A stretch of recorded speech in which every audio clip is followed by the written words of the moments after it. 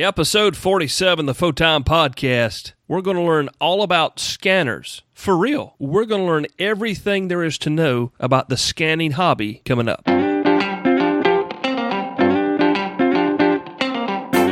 MTCRadio.com presents Photime, the other ham radio podcast. Found online at PhotimePodcast.com. Now, here's your host, Cale Nelson, K4CDN. So it is episode 47. I am Cale, your host, K4CDN. Thank you so much for tuning in to the Other Ham Radio Podcast. That's kind of the nickname of the show because the name of the show is just so bad. I mean, it's awful. Ugh. Sorry. I'm working on it, all right? I'm working on it. But anyway, we appreciate you being here. We appreciate you hanging out with us every other week. Been doing it almost 2 years now, which is kind of exciting. You think about it. We're approaching that anniversary, and we're going to celebrate it pretty big, I hope. So we'll just have to see how that all plays out. But until then, we've got 46 shows. This will be 47 in the can, and we so dig you being here with us. Like I said, my name's Cale, K4CDN. I'm in South Carolina. If you don't live in South Carolina or the Deep South, you probably just figured that out about the third syllable I said a while ago. But anyway, this podcast is for those who are interested in the hobby, those who are coming into the hobby, new operators, new general class licensees, new technicians, maybe somebody coming back to the hobby for an extended time away.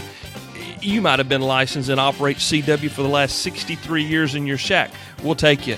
All right, because you've got something to share with the community here at Photime. We can learn from you, and we appreciate you being a part of what we're doing here. All right, so we have listeners who are the best listeners on the face of the planet. We're going to talk about some of them in just a little bit.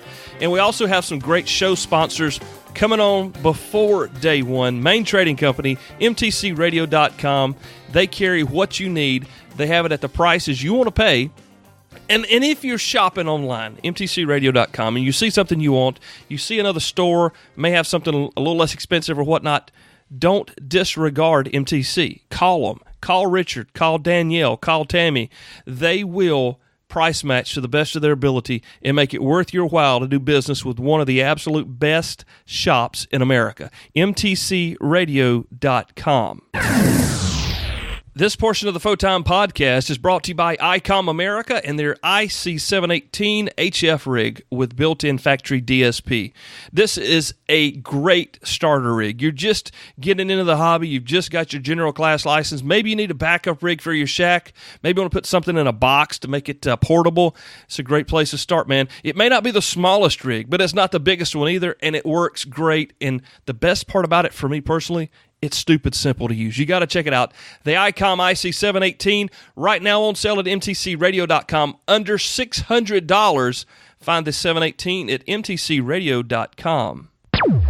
Thanks, Cale. Well, folks, this week we are following up on a conversation we started all the way back in episode 38, and we're connecting it to a conversation we had all the way back in episode 40.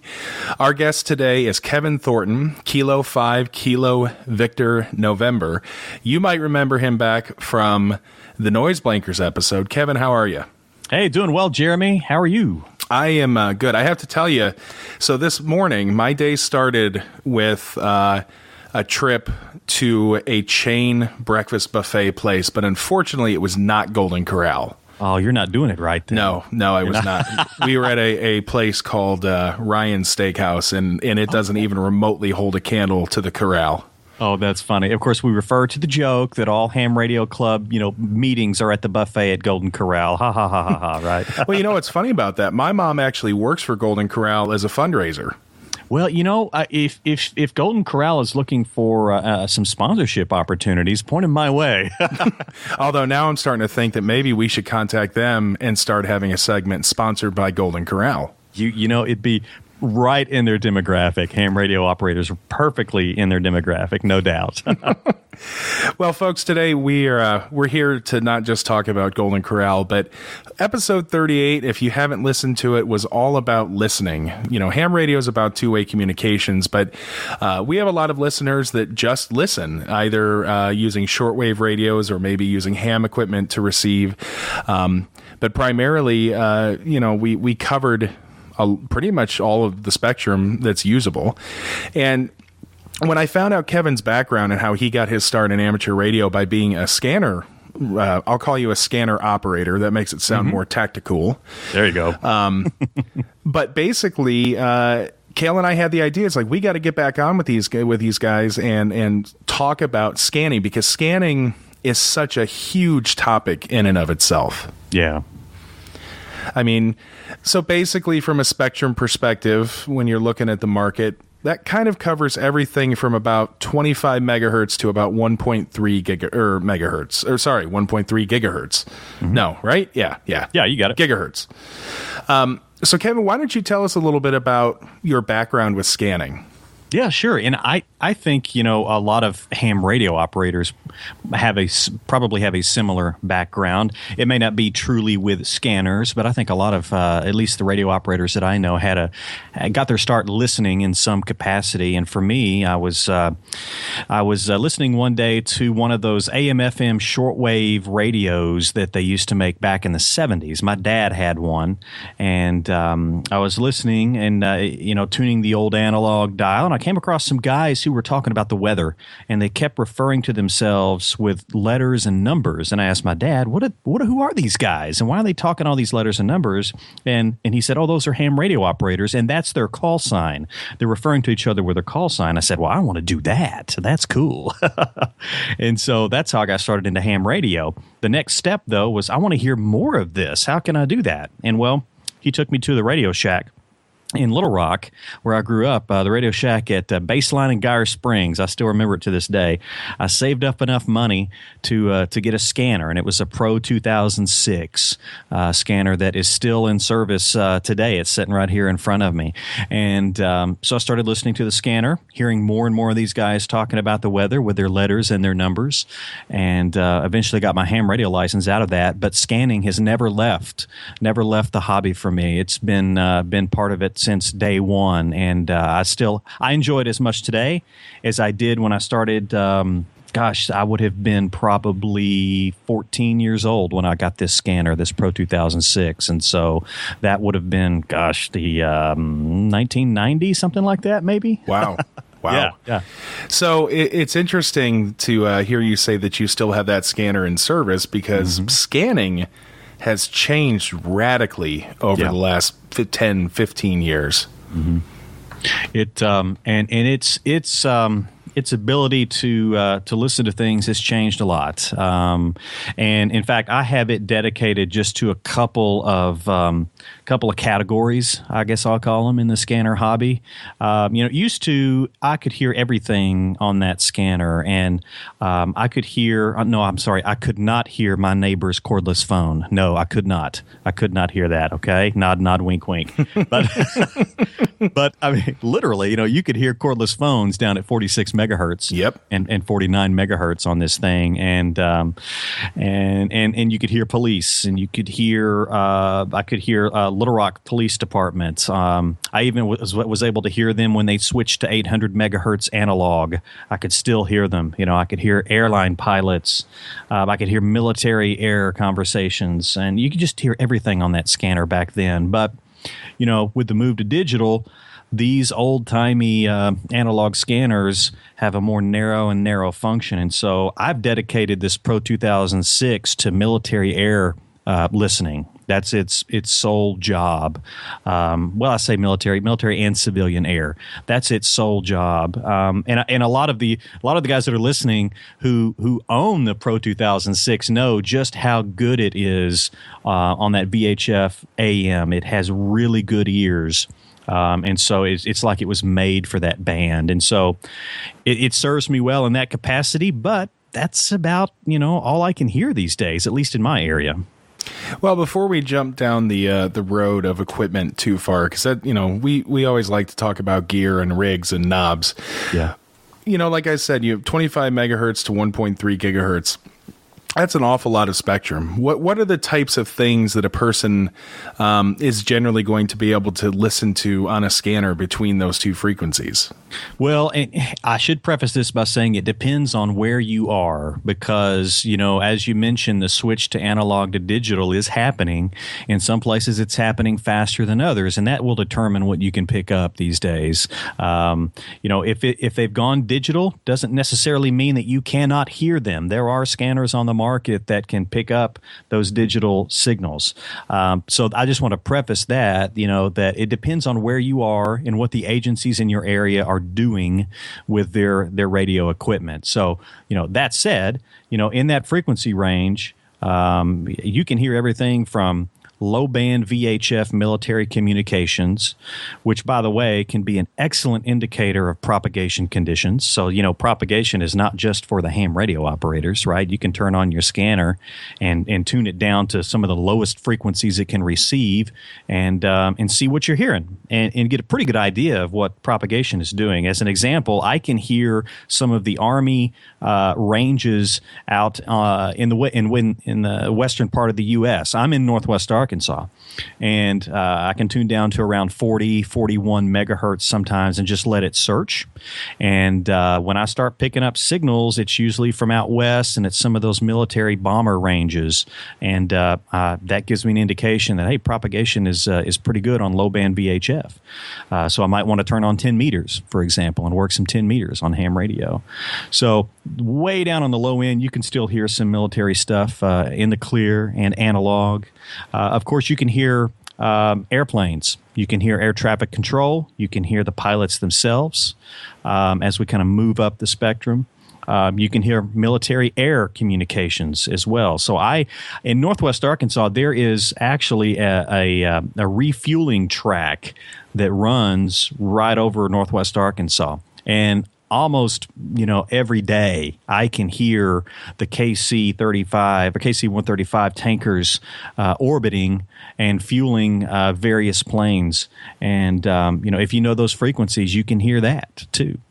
So there are still a lot of police and fire departments, particularly in small towns or rural areas, that are using analog simplex systems, for lack of a better term, and you can hear that as well.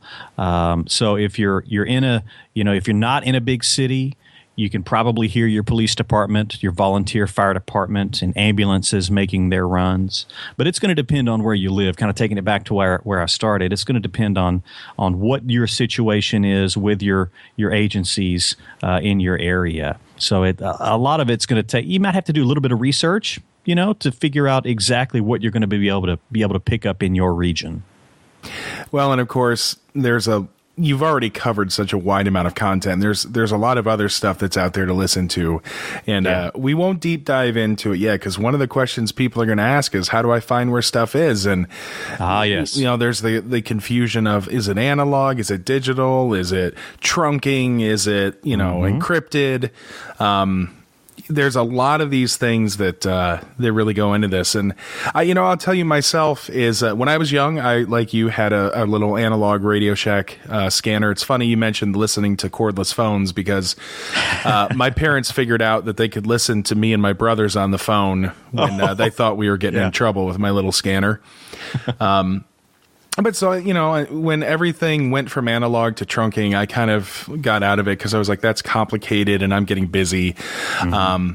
But I myself kind of got back into the scanning hobby here in the last few years, because companies such as Whistler and Uniden have done some work to make scanning a lot more approachable. Of course, we have to understand the complexities of why the digital era of scanning is difficult, which we'll cover a little bit more in the next segment. But yeah, it is a pretty exciting hobby. And when I lived in DC, it was actually a very useful tool as well.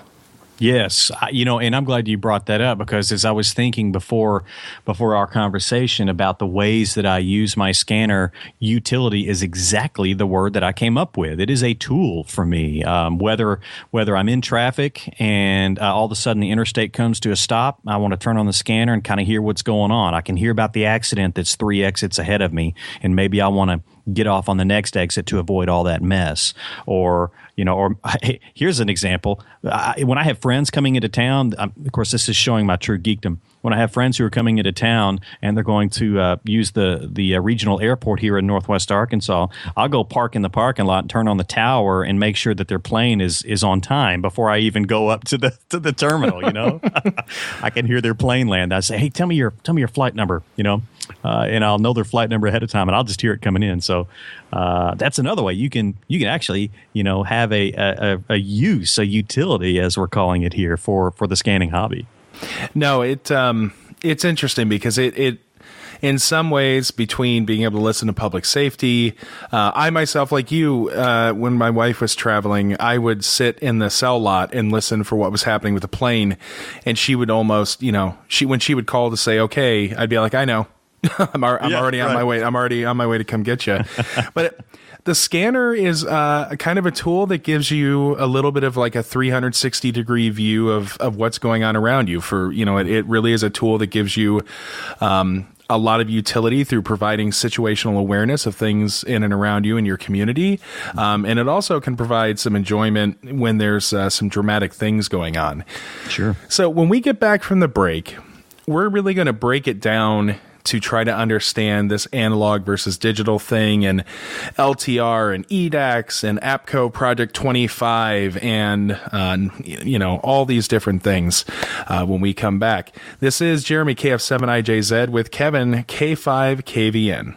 Getting really excited, and it doesn't help when Tim from BridgecomSystems.com calls and says, hey man, your radio's almost ready to ship. We're waiting for type acceptance stickers to place on the radio to put it in the box and put the box in the mail to you. That's how close they are. If you've pre-ordered yours, you're good to go. Do you know that you can pre-order? Maybe not. Check out BridgecomSystems.com. It's a 30-watt mobile 220 megahertz radio, and it's coming soon.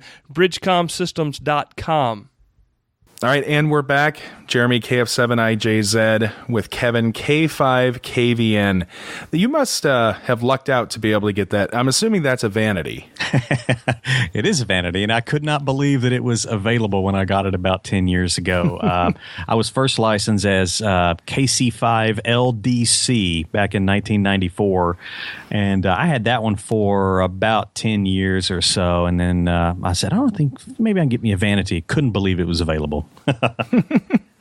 All right, we are talking all things scanning, and during this segment, I really want to kind of get into a little bit about analog versus digital. And of course, as we referenced in the previous segment, everything used to be analog, and as time has marched on, things have gotten digital. And with digital radio systems comes more complexity of having to understand how to program them. It's not as easy as just putting a frequency in anymore, right? That's right. It's not, and thank goodness, with the advent of some of the newer scanners, have come along some new software to help program these things.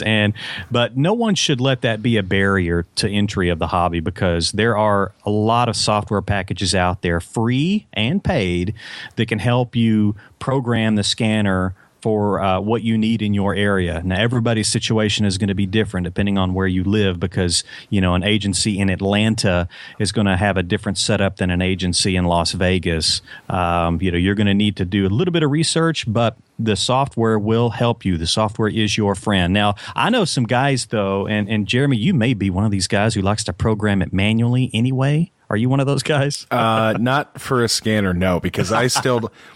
There's a lot more terms involved. There's a lot more. You get very intimately familiar with how Motorola does things for these systems if you try to program them manually. That's exactly right. And it's really interesting when you start digging into how some of these newer scanners work. It's almost like, Uniden or Whistler or pick a brand, kind of reverse engineered the system, because you have to put all the pieces together in programming your scanner to make it jive with the system. And when we're talking about digital, there's all different kinds of protocols, and each one of those protocols has different layers of technology that make it work. But with software, it's so much easier. Thank goodness. So if we, without getting into brand A versus brand B, at the very low end of the entry are analog scanners, and those are still available today, like you were talking about your Pro 2006. Mm-hmm. If, legitimately, like you mentioned, it depends on where you live as far as whether or not how useful that's going to be. Air traffic, as you mentioned, which is 109 to 130-ish megahertz. AM. That's AM. Right. One of the few AM modes out there overall. Yeah. That's going to remain analog. What else am I for sure going to find analog? Weather stations. Weather stations are still for sure going to be analog. Absolutely. The NOAA weather radio stations at 162 megahertz are going to be analog. You mentioned commercial airline. Military air communications will be analog as well. Because they're basically operating on the same concept as civilian airline, so they need that AM analog mode. Let's see. Yeah, you mentioned NOAA weather. Hams, obviously. Yeah, although we're starting to see some digital work, not so much on VHF or UHF, but there are some digital repeaters coming online. Yaesu has a really affordable solution for ham radio digital repeaters. But you're right, most of the amateur radio work on VHF and UHF is still analog today. And then again, your mileage may vary based on your local police department or fire department. They may still be analog as well. As an example, in the National Capital Region, and I don't know if this is still the case, but the metro, the trains, the buses, some of that communication was still analog in the clear, while a lot of it had moved over to these digital systems. Mm-hmm. So an analog scanner isn't completely useless. Right. Absolutely. It's you can still get a lot of use out of an analog scanner, and hey, they're cheap. I mean, they're cheap. Especially some of the smaller handheld versions, you can get one for less than $100 on most days, and cheaper than that when they're on sale. So, you mentioned the rail. I think maybe even railroads, I think they may be mandated to be analog as well. Maybe. I'm not sure. We'd have to look that up. But, they've got a section of frequencies that they use that's just railroads. And I think those may be analog.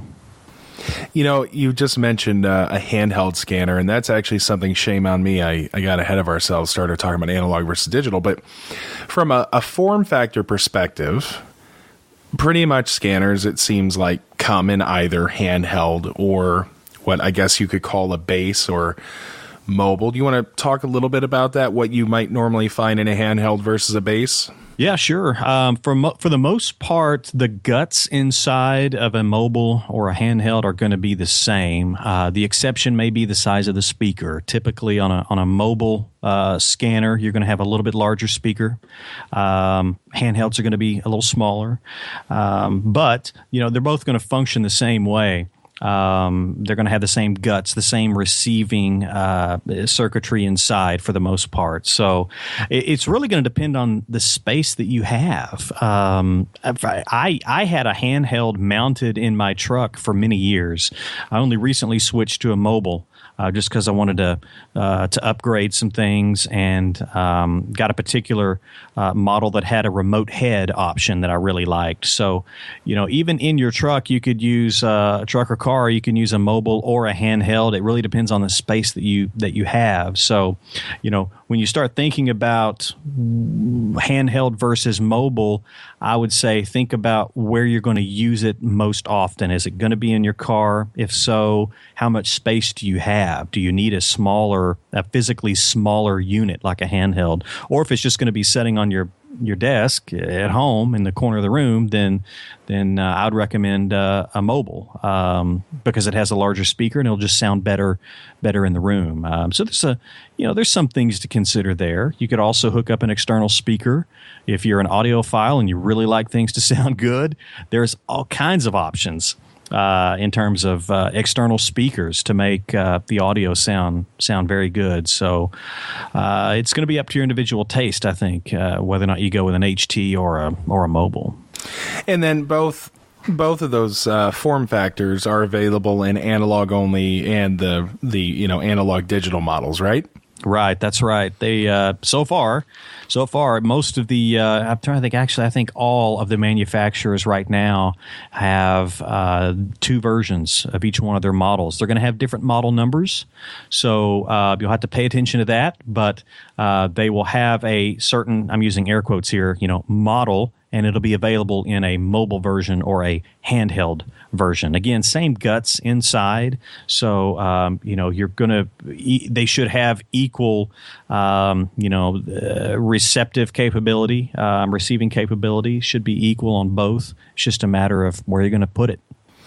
Now, on both of these types of radios, speaking from experience, you're also going to have a fairly decent front panel to be able to tune the radio to, which, as I mentioned earlier, with analog, it's pretty easy. You just need to know the frequency.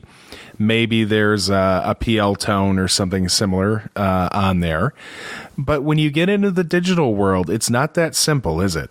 No, it's not. It's a whole other ball game. But again, rely on the software. Don't let that be a barrier to entry for you. Don't let it scare you. But yes, when you're talking about digital, you have to look at things like control channels.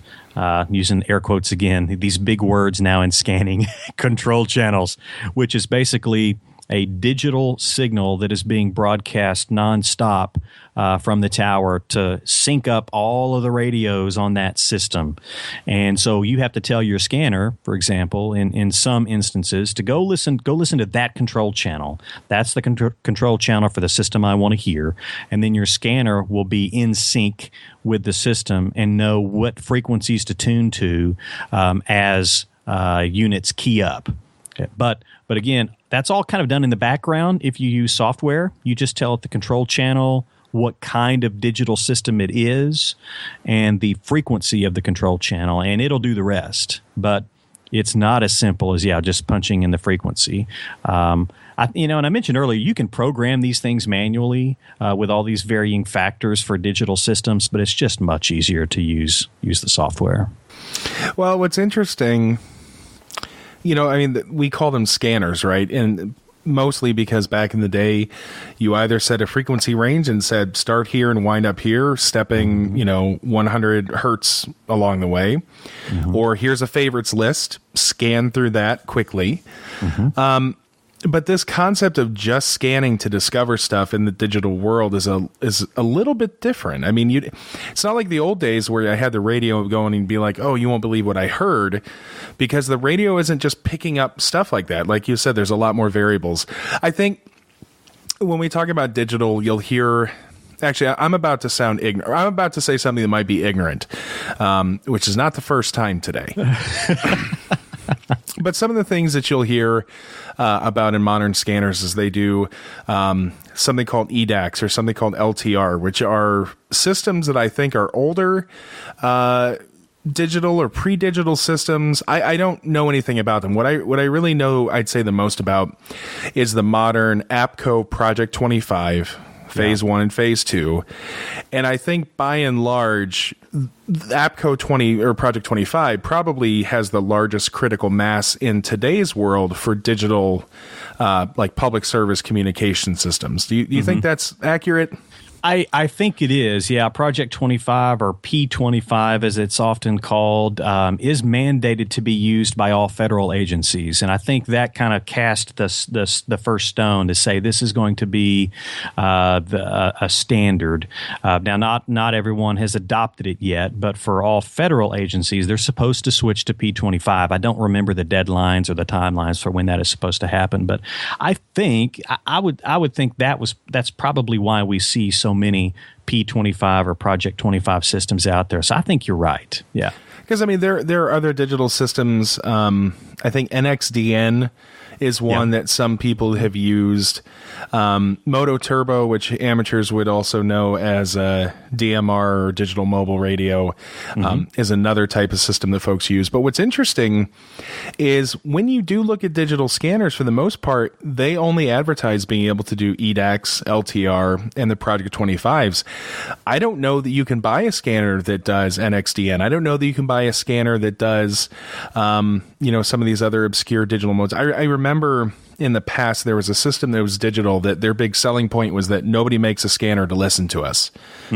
I wish I could remember what it was called. It didn't do very well because in the public safety world, interoperability is very important. And if you have a radio system that doesn't talk anything that any of your neighbors have, well, it's not very useful. That's right.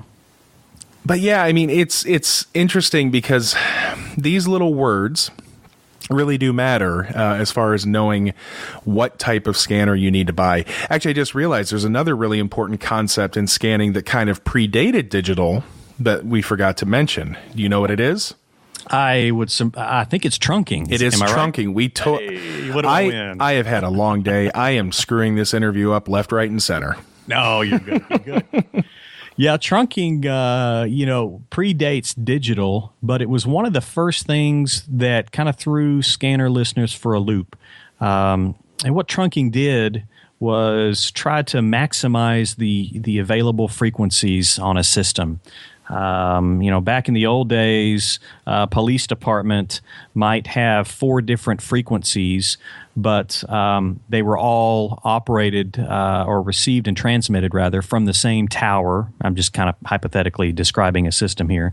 But, you had 4 frequencies, all from the same tower, and each frequency might be used for a different purpose. One might be dispatch, one might be tactical, one might be a talk around, just kind of a simplex on the scene, and the 4th one might be for interagency operabilities, so the next city over could hear you.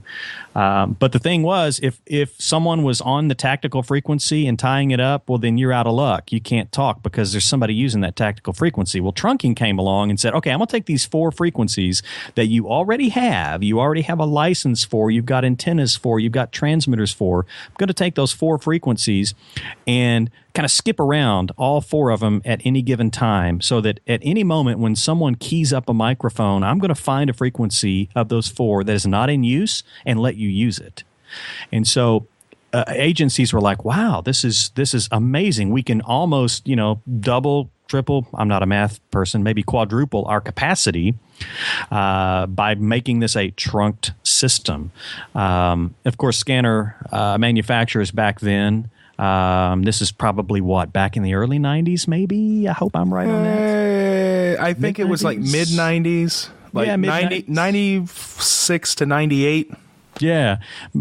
Scanner manufacturers started jumping on this thing. Oh, we gotta get trunking scanners. So that was the big thing. That was the headline in all the sale papers. Trunking scanner on sale. We've got it. This is how you can listen to your trunk systems. Well, like my Pro 2006 that we keep referring to, the old grandpa that it is, if I just still punched in those 4 frequencies, I could hear, what was being said. I just may not hear it in the right order. And so that was the challenge. If you didn't have a trunk scanner, it was still analog. You could still hear those 4 frequencies, but you might miss part of the conversation.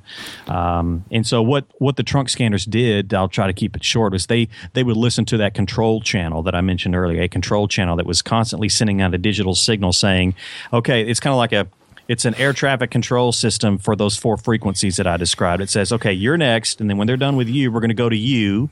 When we're done with you, we're going to go back to you, and your scanner knew which frequency to tune to next. And this is really simplifying how these things work.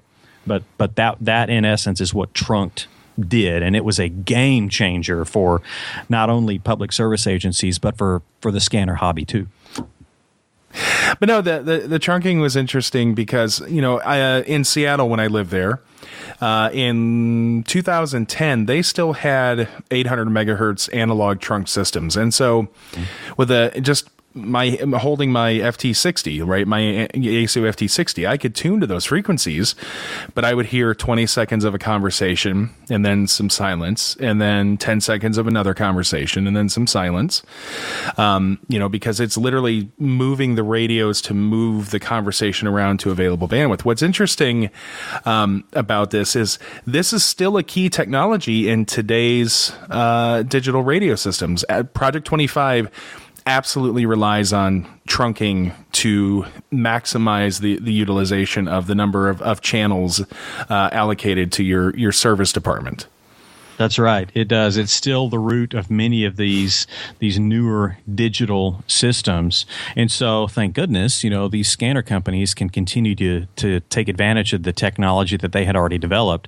It's just a matter of being able to tune in to the ones and zeros, the digital signal now instead of analog. And in the example you gave earlier, where there might be a dispatch frequency and a tactical frequency and a like car-to-car frequency, now in the trunking world, and again carrying all the way forward to today's digital radio systems, was the concept of talk groups. Can you describe what a talk group is? Yeah, a talk group is basically your membership card for the system, and it says, I have access to this system, and I am a fire department user. And so it knows, based on the talk group that you are, who you need to talk to in most cases. And so it's a way to keep like or similar users together, while the trunking system continues to just spin the wheel to find the next available frequency in the system. You know, and some of these trunked systems now have 20 or 30 frequencies. And so, you know, you can imagine how hard it would be to scan through all those very quickly. You know, with a talk group, it may hop you around between those 30 frequencies, but all of the other users who are also a member of your talk group will never leave your conversation. They're always going to be listening for you, and you're going to be listening for them. And that's all managed through use of the control channel. Yeah, the control channel knows all. And so, again, in the analog world, we needed to know a frequency. Now, in the digital world, you need to know the control channel. You need to have an understanding of talk groups. Mm-hmm. It's often helpful to have an understanding of, I'll call them virtual channels. You know, so when you look at a system and you'll see it does say, here's the dispatch, here are the car-to-car, here's the tactical 1 through 4. You know, those are things that are programmed to the radios, basically like virtual channels on the system that kind of just categorizes what the traffic is for. Mm-hmm. And those are the things that when we talk about, you know, programming these digital scanners by hand, like you have to know all that. And plus on top of that, in a world where municipalities have said, okay, fire department, police department, you used to have your own radio systems, but as you mentioned, we're going to basically pool all your frequencies together and put one system in for everything. Maybe you have a large area to cover, and so you have more than one transmitter site now. Mm-hmm. And so with digital, you also have to understand a little bit about the number of sites they have and understanding how they work together. And I'm just going to say, Cale always says he's not, you know, the smartest guy in the room. When it comes to this stuff, I am definitely not the smartest guy in the room. And quite frankly, if it weren't for a couple of key resources, I probably would not be in the scanner hobby today. When we come back from the break, we're going to talk about a couple of those things that make it easy for guys like me. When I first got licensed, there were no $30 handy-talkies to be had. We spent hundreds of dollars to get a nice dual band from China.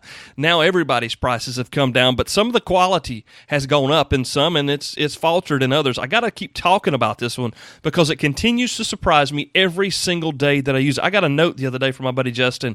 Cale, the Kenwood handy-talkie you've got is doing its job. Now, I was using it mobile inside my wife's Suburban and was getting excellent signal reports out in the country. So if you're looking for a single band handheld that has a tremendous audio quality, of course, because it's Kenwood, make sure you check out the THK20 Alpha from Kenwood, and you can find it at mtcradio.com.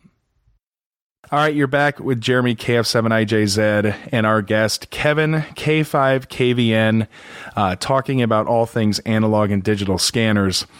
We just finished talking about how digital is hard. And let's just sum it up. Digital radio is hard when it comes to these public safety, public service systems, mainly talking about Project 25.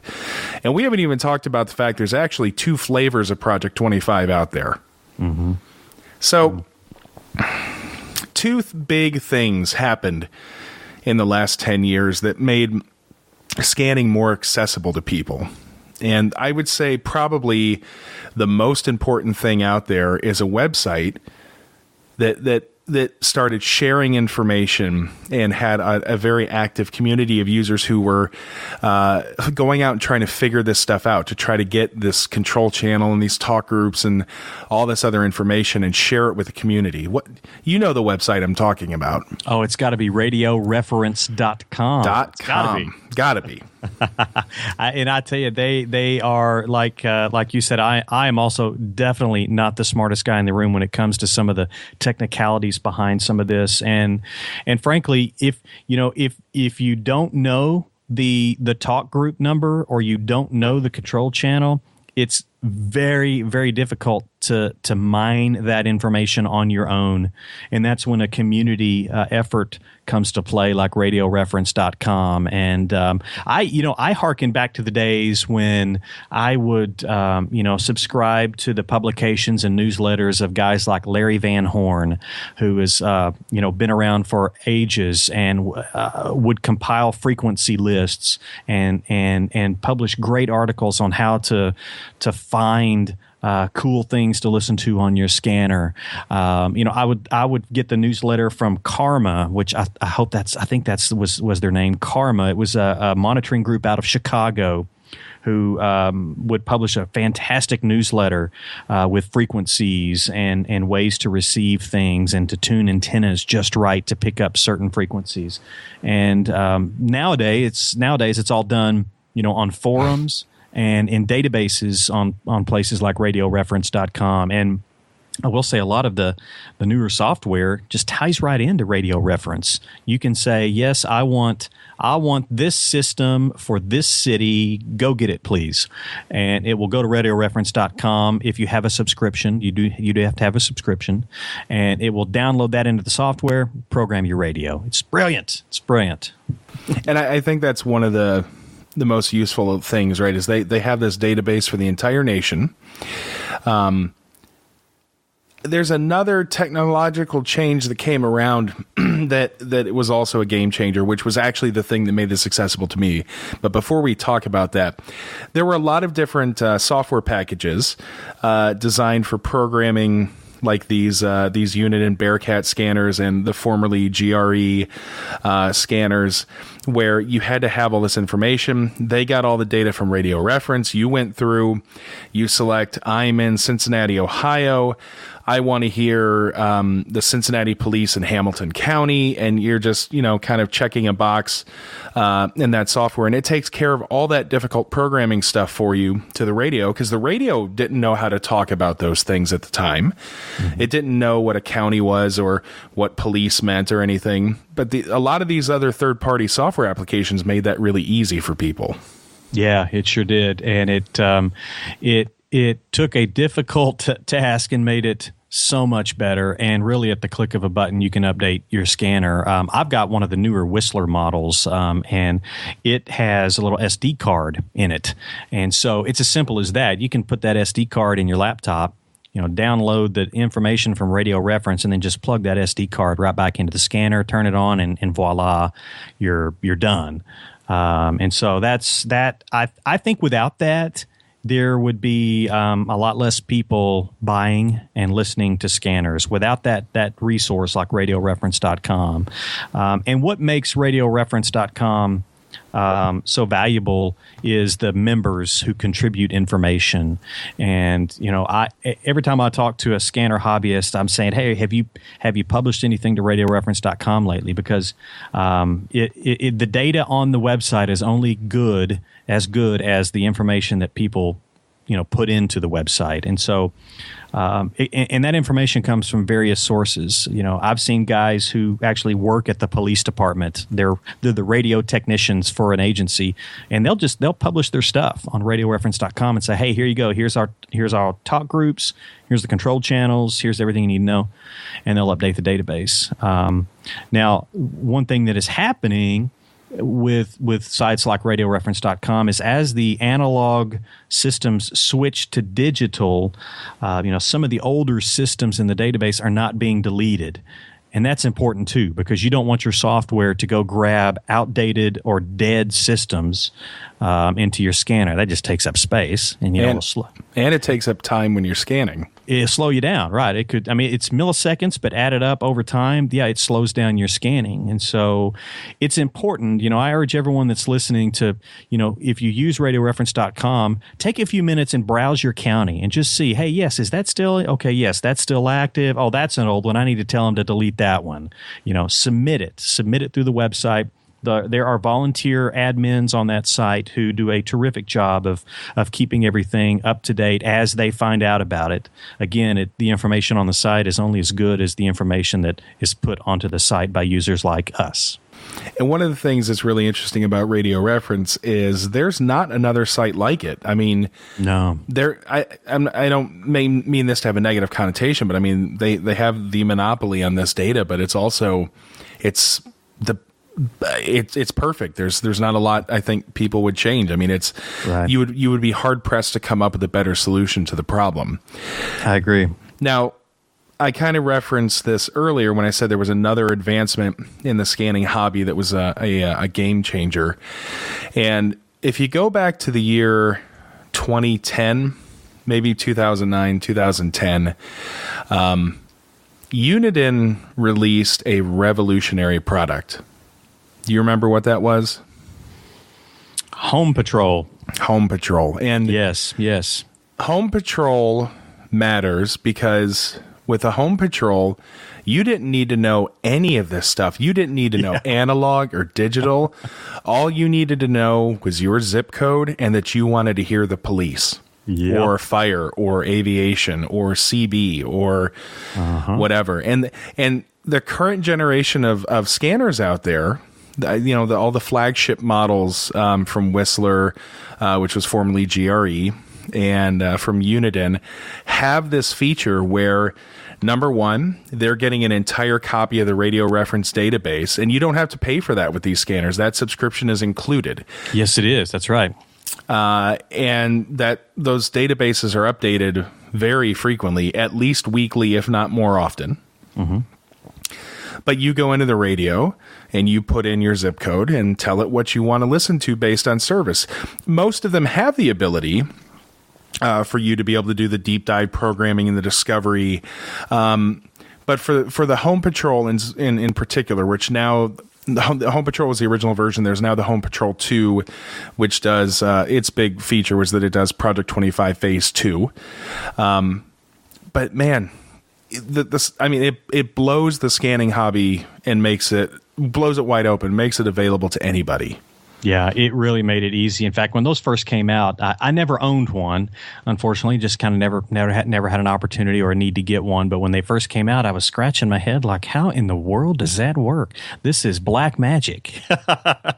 But once you kind of dig into it a little bit, it was brilliant, and it was literally as easy as you described, just punching in your zip code and then just digging into that database. And so, people were buying them, plugging them in, setting them on their desk, and they were listening to their local systems, in 10 minutes, and it was just done. Absolutely. I mean, and that's basically the way it was. And that's still the way it is. And what's neat is the Home Patrol is still in production. Like I said, it's on its second generation. Then GRE, now Whistler, came out with a product that you could put a zip code in to do a search and basically select your systems. Mm-hmm. I actually had the original Home Patrol and returned it because living in DC, which is a very high RF environment to begin with, the receiver just wasn't able to keep up with that much. But I bought the equivalent GRE, and I really wish I could remember the model of that little handheld, the Easy Scan, the GRE Easy Scan. Okay, right. I bought that. It had a little bit better receiver, plus it did Project 25 Phase 2, although not officially. But man, being able to unlock all of that, not having to know a thing about these systems was really, really powerful. Mm-hmm. It's funny, the software that Whistler still uses today is called Easy Scan. So a little throwback to the to the old thing there. But yeah, it just made it a lot easier. It sure did. So are there any other advancements or anything interesting that you think makes the scanning hobby easy, or is there any software, any programs, any other websites, any other resources that make it a more enjoyable hobby or an easier to participate in hobby that you know of? Just the internet in general, I think I would say. There are so many blogs out there now with frequency lists on it. There are dozens of Yahoo groups, many of which are honed in on a specific niche of the hobby. So, for example, I subscribe to a military communications Yahoo group, and it's an email list, and it's guys who are finding new frequencies or hearing activity on a certain frequency and sending out an email to alert everyone. Hey, if you're in the Northeast, turn on your scanner. You've got a refueling mission happening right now. And so just kind of the internet in general, there are so many ways to get plugged into the varying aspects of the scanner hobby. Much like amateur radio, there's hundreds of different flavors of activity. And the same goes for scanning. So whether or not you like to listen to airplanes, or maybe you want to just listen to military stuff, or maybe you just want to listen to federal agencies, like the FBI when they're not encrypted. There are groups out there that will make it easier for you to do that, to make it easier for you to find frequencies, make it easier for you to find those things like talk groups and control channels that we were talking about, and alert you to when there is activity in your area so that you can go turn on the scanner and enjoy it. So, do a Google search for something that you're interested in and see what's out there. I'm sure you'll find some like-minded folks who are willing to give you a hand. Well, I'm really glad to hear you mention encryption, because it's a dirty word. It's a dirty word. And actually, the interesting thing is, I think that the scanning, there are those people in the scanning community that believes everything should be accessible. Yeah. There are people that think none of it should be accessible. And then probably the middle of the road viewpoint is that most things should be accessible. And then there are probably some tactical situations where encryption may be appropriate. Mm-hmm. Especially considering you can walk into a lot of different shops. You don't have to have a license to buy these things, and there is a lot of there's a lot of data out there, or examples of criminals using scanners to stay one step ahead of the police. Mm-hmm. But the problem is, if a system is digital and it's encrypted, there's literally nothing you can do. Right. Not until Apple comes out with their first quantum computer, right. and you can run some heavy duty decryption going, brute force decryption. And if they change the law to make it legal to do so, that's the other barrier to that, And I think I fall in the middle of the road, as you described it. The Fayetteville, Arkansas Police Department does it this way. They have the dispatches open. Most car-to-car calls, for lack of a better term, is open, but tactical and SWAT team operations are always encrypted. And they just came right out and were very frank about that when they flipped the switch on those channels that they were going to encrypt. And I really appreciated that they were open and honest about it. And to me, that kind of made sense. I'm okay with that. But, it is, and I'm no lawyer, so let me give you that disclaimer, but it is illegal to decrypt encrypted radio transmissions. It is legal to listen to digital frequencies or digital signals. Okay, so let's get that clear. It is legal, absolutely legal, to listen to a digital signal. If they have encrypted that signal, though, it is illegal to decrypt it. Now, I don't know enough about the technicalities. It would be, even if I knew the technicalities, it would be so hard, as you mentioned, to decrypt that. You would need Apple's, supercomputer to be able to do it. But, in terms of encryption, you'll find a lot of the tactical things are encrypted. Most federal agencies are encrypted as well. And by that, I mean things like FBI, Secret Service, the U.S. Marshals. Things like that, they're going to be encrypted all the time. They're running high value, operations. They're going to be encrypted all the time. I will tell you, I have heard the DEA, the Drug Enforcement Agency, digital but unencrypted for quite some time. I have heard the TSA, Transportation Security Administration, digital but unencrypted for quite some time. So if that's your bag and you want to hear that kind of stuff, you still can. But they do have a little button on their radio to go encrypted at any time to protect what they're doing, and they can flip the switch at any time. And if they do, you're just out of luck. Yeah, and actually, to that point, when I was living in the DC metro area, I don't remember what county it was in Maryland. I think it was, Prince William or Prince George's.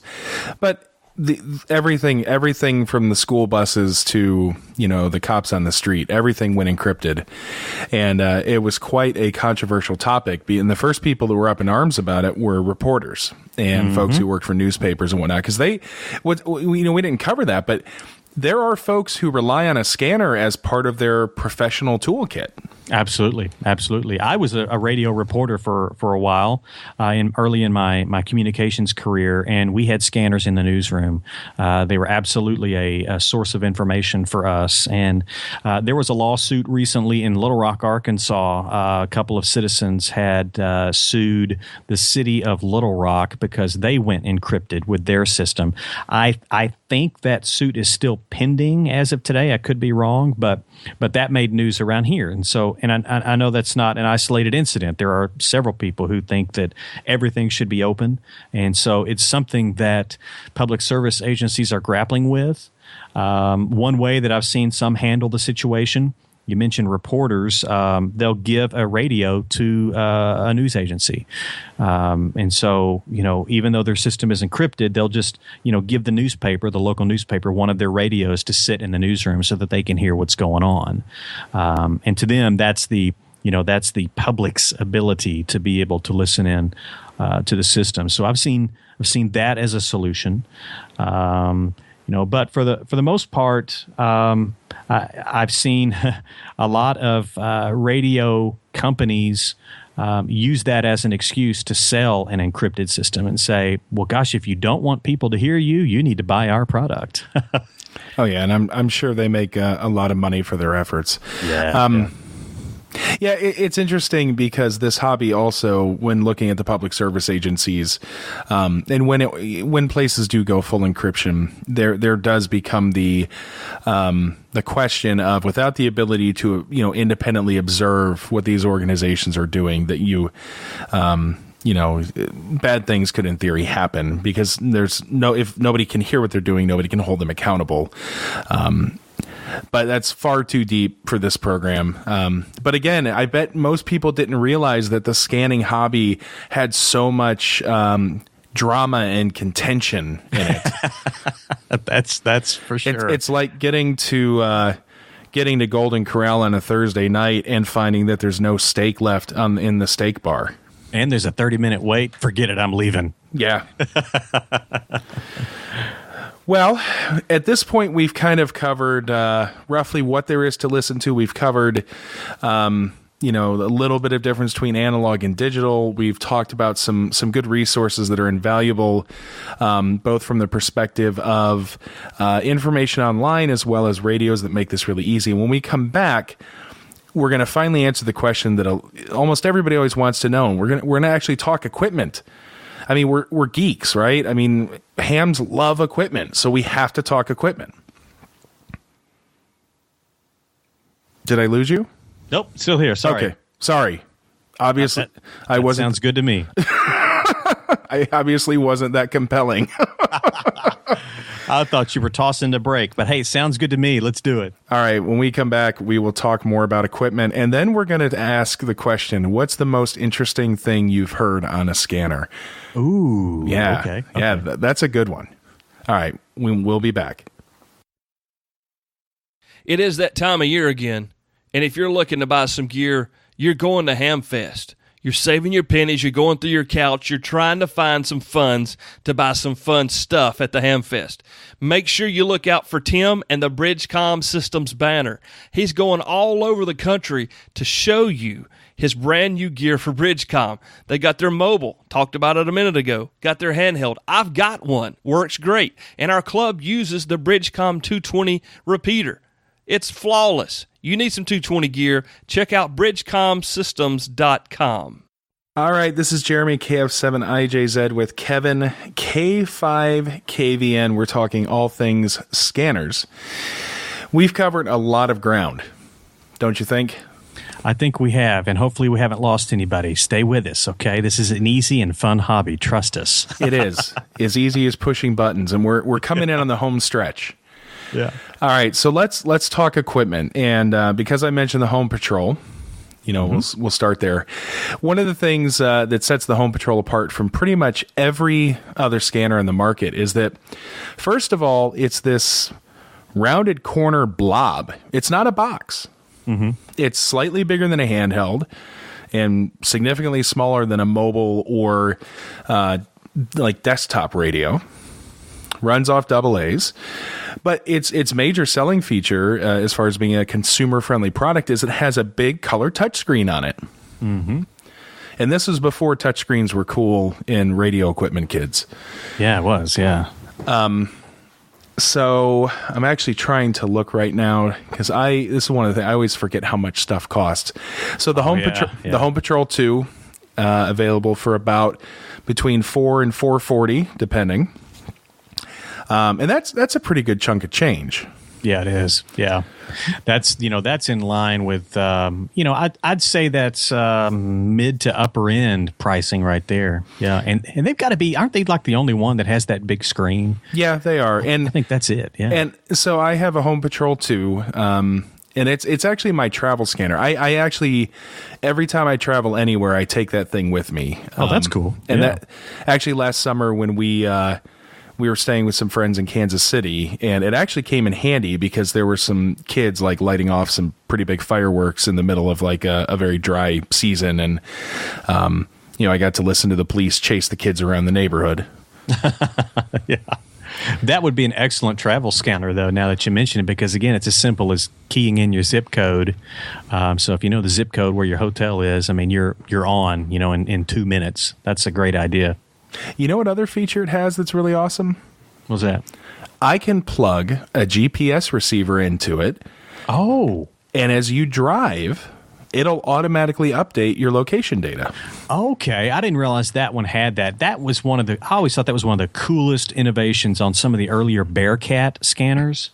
I thought that was the coolest thing. I never had one, but I had a friend who did. And, man, yeah, you just drive. It even had the ability, and maybe the Home Patrol does too, that if you're mobile with it, it detects what area you're in, and it will change to the system that covers the area where you are. Yep, and that's actually what I'm talking about most. As you drive along, if you set your trying to think, like if you set your location, you set your radius, and if you go outside your radius, say your radius is 10 miles, about every 10 miles it'll recalculate where you are. And and actually having used the scanner across country in the car, it's been really cool. That's something we should mention really quick is you can't put a scanner in a car in every state. That's true. The laws vary, so you have to do a little bit of research on that as well. And then there's an additional factor where some states where it might be illegal to put a scanner in your car, if you have a ham radio license, then it is legal. Yep. So, yeah, you got to check that out. I'm glad you brought that up. Yeah, I forgot about it. If I remember correctly, I think Virginia was one of those states where you couldn't have a scanner in your car unless you were a first responder or a ham. Which is pretty cool. But yeah, so they're like you said, they're in the mid because the Home Patrol is not the best radio that Uniden makes. Its receiver is mediocre, but it gets the job done. Another cool feature that it has in a lot of the other radios, we'll talk about here in a second. You mentioned earlier there's an SD card because that's where it keeps the database. Yep. This scanner and others have the ability to actually record the audio that it hears. There are tools available in it that help finding systems or debugging systems to understand what traffic is on them. Yeah. Which is really cool. Like there's a little spectrum analyzer, or you can basically tell it a start and a stop frequency, and it will come back and tell you, hey, I found Project 25 traffic here. And then it gives you the tools to kind of dig into that a little bit more, which is really cool because those are the tools needed to keep the hobby alive. Absolutely. Yeah. That's the kind of thing that, becomes useful for the folks at radioreference.com or some of the other online places is people that will listen for those changes because the systems do change over time. They may add a talk group here or there or change a control channel. And without a tool like you just described, it's going to be real hard to find that on your own. Exactly. So I don't want to plug the Home Patrol too much. But yeah. If you're new to this, it's a very easy thing to look at because it doesn't look like a scanner at all, and it is a very popular radio. And you can. It has a little, almost a rubber ducky antenna, I think, out of the box. But you can also have an external antenna on that one too, right?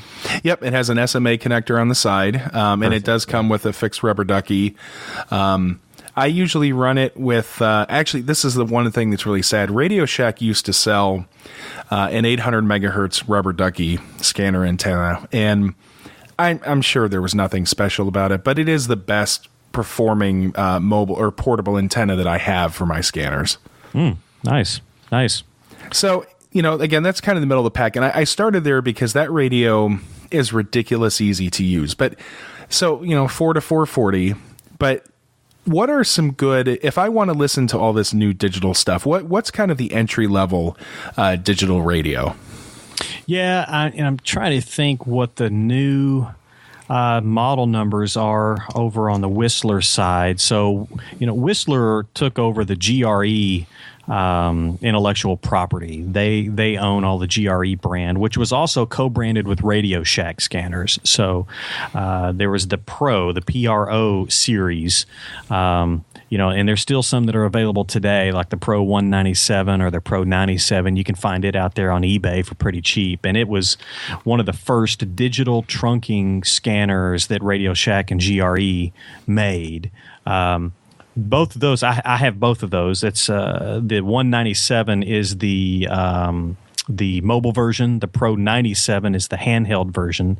They're no longer in production, but you can, like I said, you can still get them in various places. But they do really good with P25 digital systems, I have found, and particularly those are around 800 megahertz, right? So those have really good ears for that kind of system. They do not have good ears for, at least in my experience, for aircraft. So, between 120 and 136-ish AM, terrible receiver for those, which again is where the internet can come in handy. And I'll go back to finding kind of a niche for what you want to listen to. If you you just want to listen to airplanes, then find the scanner that has the best receiver for that band, that frequency band, and then get you an antenna that's cut to those frequencies as well. So you can get as deep into engineering a scanner system or as laid back in engineering a scanner system as you want. But if and again, I'd have to look up to see what the model number is on the GREs now that matches the Pro 97. So I think, which one did you say was the handheld? The handheld is the 97. So yeah. I think the GRE model number, which again, remember, GRE has gone out of business. A company called Whistler, which you may know from radar detectors, purchased all their intellectual property and their manufacturing rights. So GRE, the last generation of the scanners that they made that didn't take a zip code were the 500 and the 600. The 600 was the desktop, and I think the 97 and the 500 were the same radio. That rings a bell. I think you're right. Now, again, these radios aren't in production anymore, but there are plenty of them out there. They were going to listen to almost everything that's out there. The only thing they don't do is the newer Project 25 Phase 2. You may also hear that referred to as Project 25 TDMA. A couple years ago, that didn't matter because there were only 2 counties in the entire country that had moved to Phase 2. But as time marches on and people want more capability out of the bandwidth that they have, you'll see adoption of that increase. But I have friends who are still rocking their 600s, and they're just fine. Yeah, and don't be afraid to buy a used radio that's out there. Make sure it's in good shape and it's in working order, and then all you have to do is just reprogram it. It's that simple. So there is a large market of used radios out there. And here's something that I see often too is that as agencies and systems get upgraded, then certain model scanners become obsolete in terms of being able to receive that system, so people will sell them. It's no use to them. They can't pick up their local stuff anymore, so they sell them. But that's okay, because that scanner may pick up what you want to listen to. So exactly. All that to say, don't be afraid of buying a used scanner. It may be programmed for the previous owner's stuff, but you can reprogram it and make it work just fine for your stuff. Especially with was it called Scanner Master? Is that the big software? That's one. There's Win 500 is a popular one that works on the GRE stuff. Even Chirp, which a lot of ham radio operators will be familiar with. Chirp will program some scanners out there as well. Now, it won't program the older scanners, so that's a caveat. We probably ought to say some of the older scanners cannot be programmed with computers. Okay. So the Pro 2006 that I got back in 1990, I think it was, you can't program it with a computer. You're going to have to punch the buttons yourself on the front of the radio to get it programmed. So, you'll have to make sure that if you want to program it with a computer, that it is capable of doing so. So you mentioned, the Pro 97 and all that. So that generation of radio, which I'll call the last generation, the best generation of the pre-P25 Phase 2 radios. Yeah. The Uniden models that fall into that category that are no longer manufactured are for the handheld. It was the Bearcat 396, and for the desktop, it was the Bearcat 996. Oddly enough, both of those radios have been replaced with modern versions that do P25. The Uniden model, the BCD. I'm cheating. I'm looking off somebody else's website. The BCD 325 P2 is a handheld for $400. Nice big screen. Doesn't have the ability to take a zip code. It doesn't come with the full radio reference databases. But as far as the receiver quality and its capabilities, it's still a good radio. The modern desktop equivalent of that is the BCD, Bravo Charlie Delta 996 Papa 2, which is another $50 for the desktop version. So those two radios are the next to the flagship radios on the Uniden side. What about on the Whistler side? What are they making today? If I were going to go to Main Trading Company and I was going to say I want the latest and greatest, what am I going to be looking at? Yeah, on the Whistler side, they just released a new mobile scanner. It's the WS, the Whiskey Sierra 1098. It is the same gut. It has the same internal guts as the WS 1095, but the difference is, and I think Whistler learned something here between the 1095 and its big brother, the 1098. The difference is the 1098 has the 10 key pad on the faceplate. It has numbers 1 through 0 or 1 through 10 in essence on there, and what that is it allows you to punch in frequencies directly. It also allows you to turn on and off favorites lists much easier. The 1095 did not have that. They had a rather unique front-end system that had its usability challenges, we'll say. It took, for example, I think it's like 3 key punches to be able to change your scan list. So imagine trying to do that driving down the road. If you say, okay, I'm tired of listening to my county police, I want to listen to local air traffic control. It took like 3 key punches to get that done. On the WS 1098, like I said, I think they learned something. They realized that wasn't the way to go. We need to bring back the numbers on the faceplate to allow people to easily, with one touch of a key, turn on or turn off a favorites list. Whistler has the ability to enter your zip code and program the radio. I have used that before. I was on a trip recently and did that. It worked perfectly.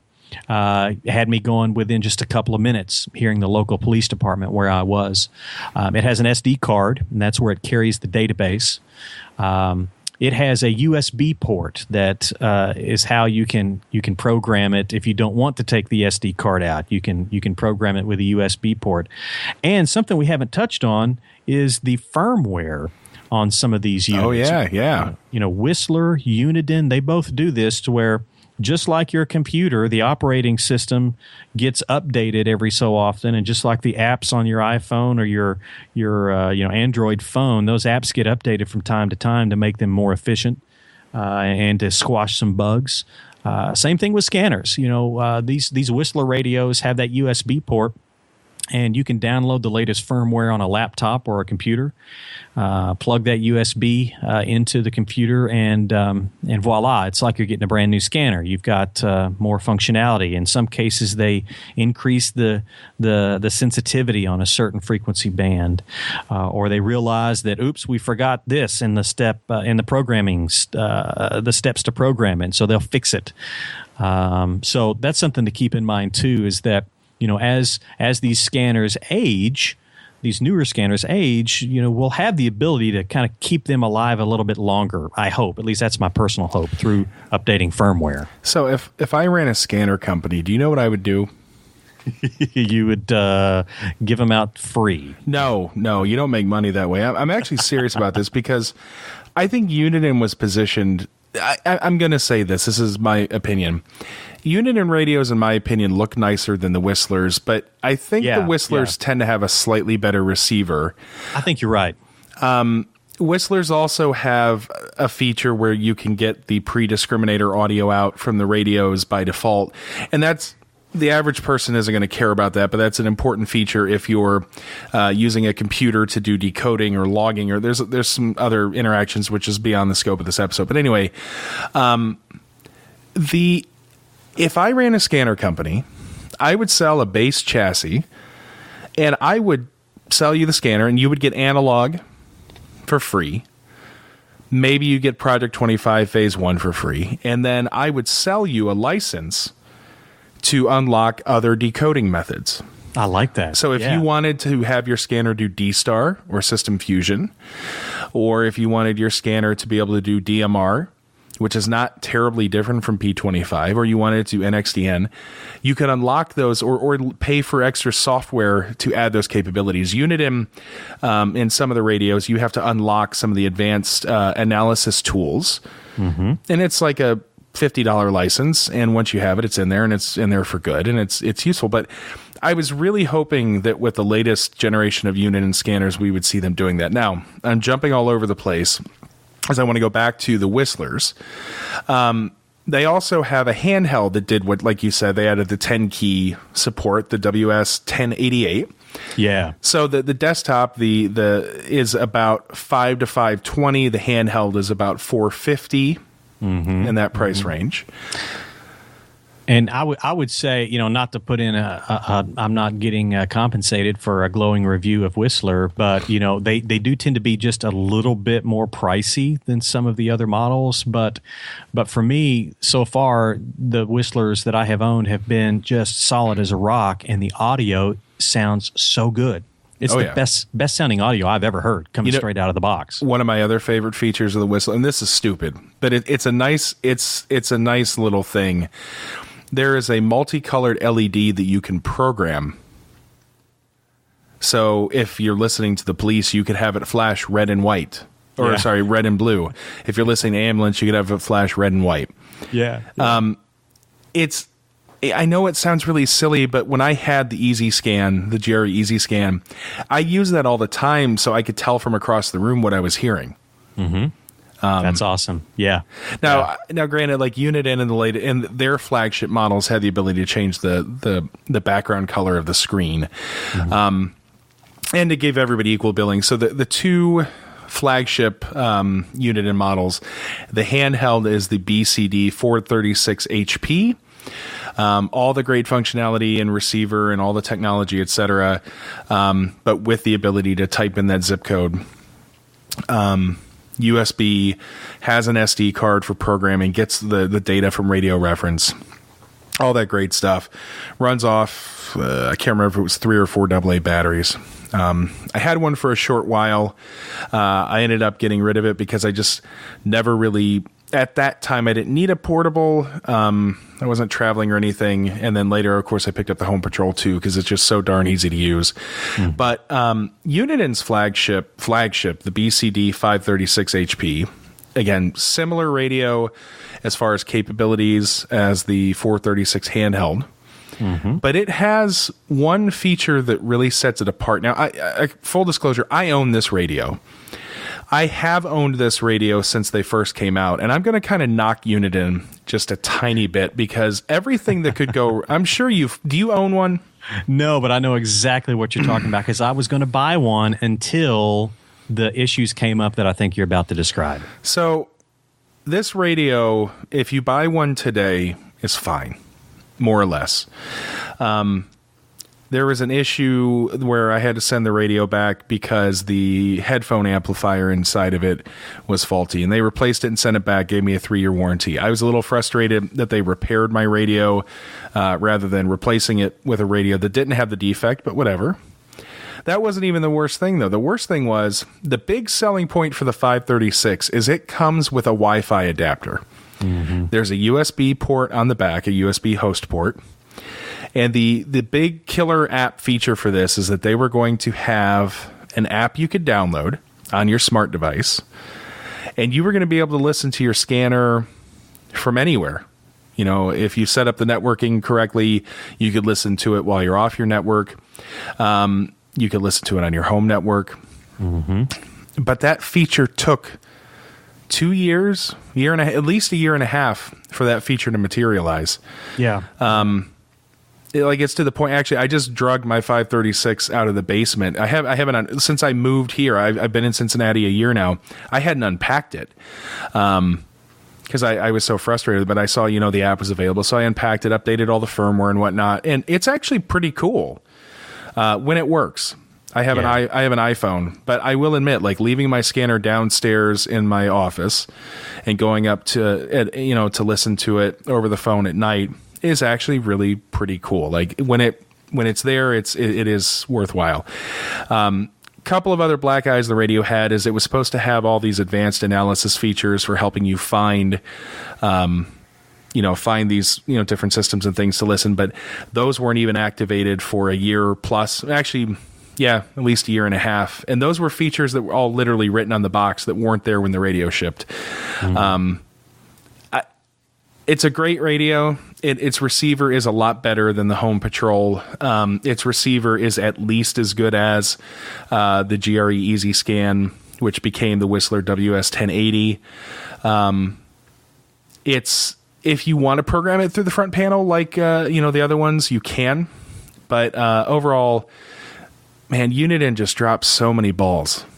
Yeah, it sure seemed like it. I mean, it caused all kinds of angst on some of the online forums. And like I said, I was going to buy one and ended up not doing it because of the issues that came up. I mean, I'm glad to hear they've worked most of those out, but that and one other feature that I'll mention is why I went with the Whistler scanner that I have, and that other feature was the remote head. It's the only one out there that I know of. Well, I take that back. There is a Uniden that you can remote head, right? But you have to buy a separate bracket and some different mounting hardware. But the Whistler 1098s and 1095s have all that hardware included, and it was a remotable head. And I thought, hey, that's cool. That will be so much easier to install in my truck. So that and the issues that Uniden had, unfortunately, they lost me. So yeah, and the 536 comes in at the most expensive at about street price about $570 to $590. Oh yeah. But still, same thing: USB, SD card, etc. But yeah. We've kind of gone long on the digital radio, and I think it's okay because the average person who's really interested in hearing about what's going on is probably going to want a digital radio. And the right way to approach this, if I were buying a scanner today, what's the first step? The first step is to research what kind of systems are out there in your area. And by that, I mean, go to radioreference.com, go to your state, and then drill down to your county, and maybe even drill down to your city. And it'll tell you right there, okay, it may say, for example, this is an 800 megahertz APCO Project 25 Phase 2 system. Okay, cool. That's the info you need. It's an APCO 25 Phase 2 system. Yes, that's what I want to hear. That's my local police. So then find the scanner models that will receive APCO 25 Phase 2. And then that'll narrow down your list greatly because there is such a wide variety of hardware and what they will receive. That will narrow the list down for you greatly if you just know what you want to listen to. When people ask, I get asked this a lot about, well, how do I know what to buy? And I always say, don't just blindly buy something because there are so many variables. Make sure that you buy something that will pick up what you want to hear. And so I think that's step one. And then, from there, their scanners are available all over the place on the internet. You're going to find the best deal on the internet, probably not at a storefront. They go on sale all the time. Hey, there were a bunch of scanners on sale around Black Friday and for Christmas, just like anything else. So there are prime times to get some scanner sales. And then, the other thing you need to think about when you do find the scanner that you want to purchase, or what other accessories might you want to include with that? Do you want the audio to be a little bit louder? Then maybe you need an external speaker. Make sure you purchase the software that will program that radio. Make sure that you buy the cable that goes from the computer to the scanner to program that scanner. That's a key component. You got to get the cable. Some of them come with the cables. The Whistler scanners come with a cable. I'm not sure about some of the others. The Unitons come. The Unitons, at least the current generation, come with the USB cable, or you can pop the micro SD card out and plug it into your computer without even having to hook it up. Yeah, and from there, make sure you have a good antenna. After all, you're trying to receive a radio signal without an antenna, you're not going to do it. So most of them will come with a telescoping or some sort of maybe a rubber duck antenna on them. But there's a whole variety of options for antenna types as well. Some of the ham radio operators will recognize the term discone. A discone antenna is a good wideband receiving antenna. It will pick up pretty much anything from 25 megahertz to 1.3 gigahertz. But then you can also get antennas that are cut specifically for the frequencies that you want to listen to. So hopefully that was a long answer to your question. It's really not that complicated to buy a new scanner, I promise. No, and your first point is go look on Radio Reference, and here's a perfect example. If you live in Frankfort, Kentucky, which is the capital of Kentucky, and you live in Franklin County and you want to hear Franklin County, you're not going to, because their system is NXDN. And I only know of one radio on the market that can do NXDN, but it can't do trunked NXDN. And it's a receiver by a company called AOR. But you're going to pay thousands of dollars for that radio. And it's still not even going to really be able to do what you want to do. So if you live in Franklin County and you want to hear fire and EMS or police operations, you're just out of luck. Yeah. That is true. That AOR radio, it got a lot of people excited when they announced it because it could do Moto Turbo. It could do some of that NXDN stuff. D-Star, Fusion. D-Star, yeah. And everybody said, finally. But then it came to market, and it's really just a receiver. It's not even a scanner per se. And it certainly won't do trunking capability in some of the more sophisticated way to listen to these systems. So I think it's a start. And, I don't know if you want to talk about this now or a little bit later, but there are some things that I can kind of see on the future for the scanning hobby that we ought to talk about here in a few minutes. Well, go ahead. We're in our fourth segment. And it seems like any time that I'm involved in doing a show without Kale, I run long. So I would love to hear your thoughts on the future of the scanning hobby. Yeah, and I mean, these are just my opinions, but and I'll try to keep it as short as possible. But I was happy to at least see that AR radio did what it did, and that is to say that it opened the door to being able to receive some of these digital systems that are not available on any other radio on the market. And and there are varying reasons why these systems are not available. Number one, sometimes just the protocol to decode the digital signal is just too hard to stuff into a small scanner with everything else that it's got to do. So sometimes it's a physical hardware limitation or a programming limitation that, whereas they could probably make it fit and make it work, but the price would be so high that nobody would buy it. The second thing is licensing from the companies that own the patent on these digital systems. So, Motorola has Moto Turbo, and I don't know the situation intimately, but I know that they would want to charge a pretty penny for being able to have the license to listen to that protocol, which again drives the price up and makes the scanner out of reach for most people. You mentioned that AOR receiver; it's what, $2,000, maybe more than that, something crazy. But I think that the future has been, maybe the door has been cracked open a little bit thanks to that AOR scanner. I think over time we'll see the ability to decode these some of these digital systems come to play at a reasonable cost. But I think to get there, we as scanner listeners need to make sure that the manufacturers know that there is a market out there for it. So, talk to your scanner dealers and tell them you want a radio that can get Moto Turbo and some of those other digital systems.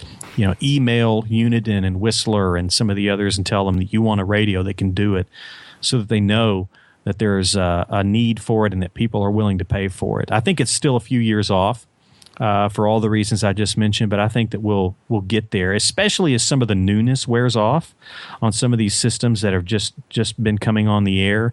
Because right now, that's a major selling point for these manufacturers. They can say, look, there is not a scanner on the market that can pick this up. So you're going to be safe and secure in knowing that the public won't hear your transmissions. That's a selling point right now. In a few years, when the newness wears off and they need to upgrade, well, then I think that's prime time for scanner manufacturers to come in and say, hey, I think it's time that we make this available. Absolutely. And when I start my scanner company, which I just decided I will call Babelfish. Ooh, I like it. And on the amateur side, like this year at Dayton, we might actually finally see the Connect Systems radio that does talk DMR and D-Star and Fusion. So we might actually start to see some of that convergence in the long run. But that's thank you very much for your forward-looking opinion. To kind of close us out, because we have covered a lot of ground. Yeah, we have. Sorry. No, that's what our listeners are looking for. And, our entire goal is to take complex topics and make them accessible for everybody. Because what I've learned, what you've learned has all been through our experience. And if, it's been clear in talking to you that you like sharing that experience to help other people. And that's what we're here for. That's right. So let's leave the show with some fun.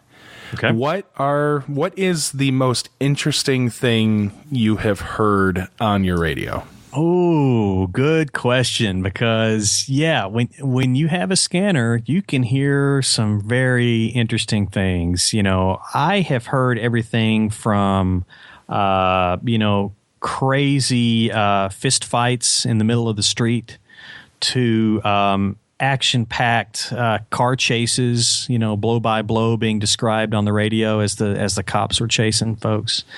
And I've also heard aircraft with emergencies describing, sometimes in chilling detail what is wrong and giving how many souls are on board. I mean, that'll make the hair stand up on the back of your neck when you hear that. So you can hear a lot of interesting things. But I'm from Little Rock, and I was growing up in Little Rock when Bill Clinton was elected president. And so he was coming back home a lot to Arkansas. So it was very common for him to come into town on Air Force One and then, of course, drive around town in his motorcade. And I could hear all of that on my scanner. I could hear Air Force One. I could hear the motorcade as it was driving around. But probably the coolest things I've ever heard was a phone call from Air Force One. This was back in the day when they had a nationwide VHF and UHF phone patch system which means that they could use their radios to make phone calls. And I heard some phone calls from Air Force One. I don't remember the context of what was said, but I thought it was the coolest thing. You know, I knew what frequency to listen to, and so I had it on that frequency, and sure enough, up comes a dial tone and DTMF tones as someone was dialing. And, I think if I recall, they were calling somebody at the White House. I'm pretty sure it was. So it was someone on board Air Force One in the air calling someone back at the White House, arranging who knows what. I think that was the coolest thing I've ever heard. That's and that pretty was cool. That was back in the mid-'90s, I guess. Yeah, so, and I was just lucky to be in the right place at the right time with a lot of radio activity. Back then, at the time, when Clinton was coming back to Little Rock so often, the Secret Service actually set up a series of radio repeaters around central Arkansas to make sure that they had full blanket coverage for their radios because he was coming back to town so often. Well, that is interesting. My most interesting thing is probably not as uplifting or benign. It was actually a little scary. My wife used to take the metro, which was only about a quarter mile away from where we lived. And oftentimes I would go sit in the parking lot waiting to pick her up. I would get there early and I'd have my dual band VHF UHF ham radio going, and I'd have the scanner going and just listening. And I caught a hostage situation at the hotel across the street from our apartment complex. Whoa. Yeah. And there were some details about it that are not at all appropriate for a family show as far as some weird things that had happened. Mm-hmm. But I caught all the gory details of it and all the way through to them catching the guy who ultimately fled the hotel. But that was pretty interesting. That was a day the scanner paid for itself. Oh, I bet. Yeah. Well, Kevin, I can't thank you enough for taking time out of your busy schedule. I know it took us a couple weeks to come together, but it was definitely worth the wait from my perspective. Well, thank you for saying that. I appreciate it. I appreciate what you guys are doing, and I especially like the fact that you're trying to just spread the word about these technical things in simple terms to all the masses. And like you said, I firmly believe that we as a community, we can make the hobby better. We can share information and bring new people into the hobby as well. So I appreciate what you're doing. This has been a lot of fun. Absolutely. Likewise. Now, I'm going to ask you to leave us with, it's 5:30 on a Thursday night. You're at Golden Corral. What goes on your first plate? Oh, I'm going to have to say some catfish for sure. I want some mashed potatoes and white gravy, not brown. Let's throw a couple of hush puppies on there and some green beans. And a roll with some honey butter, please, and thank you. Outstanding. I personally go for I make a volcano of mashed potatoes and set inside of it 2 slices of meatloaf covered in green beans and the brown gravy. Wow, that's incredible, man. Congratulations. That's incredible. Folks, we've been talking to Kevin Thornton, Kilo 5, Kilo Victor November, a member of the Noise Blankers online. Kevin, if folks wanted to learn more about the Noise Blankers, where would they do that? Yeah, go to noiseblankers.com. That's the name of our group, the Noise Blankers radio group. And hey, hit me up on Twitter, too. It's just my call sign at K5KVN on Twitter. All right. Thank you so much for your time this evening. We'll have to bring you back for some more topics in the future. Would love to. Thank you very much.